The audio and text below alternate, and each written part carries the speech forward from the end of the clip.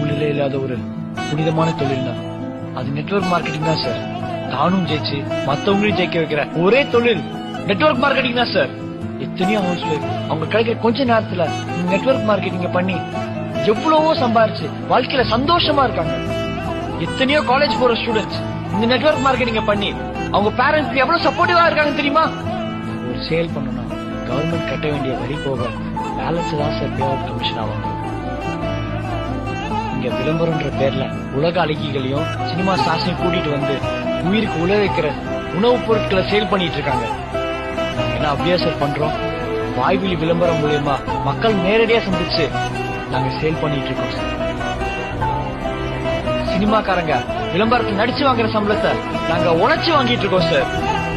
இந்த பிசினஸ் லீகலா எத்திக்கலா ஹலாலான முறையில பண்ணிட்டு இருக்கோம் சார்.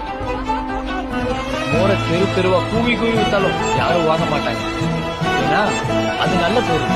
சாராயத்தை மூடி மறைச்சு வித்தாலும் வாங்கிடுவாங்க. ஏன்னா அது கெட்ட பொருள். நல்ல பொருள் மக்கள்கிட்ட போய் சேர்றதுக்கு நாள் ஆகும் சார். ஆனா நினைச்சு நிற்கும். அதே மாதிரிதான் இந்த நெட்வொர்க் மார்க்கெட்டிங்கும். இப்ப கோஷம் போடுறவங்களா நாளைக்கு இந்த நெட்வொர்க் மார்க்கெட்டிங் தான் பண்ணுவான் சார்.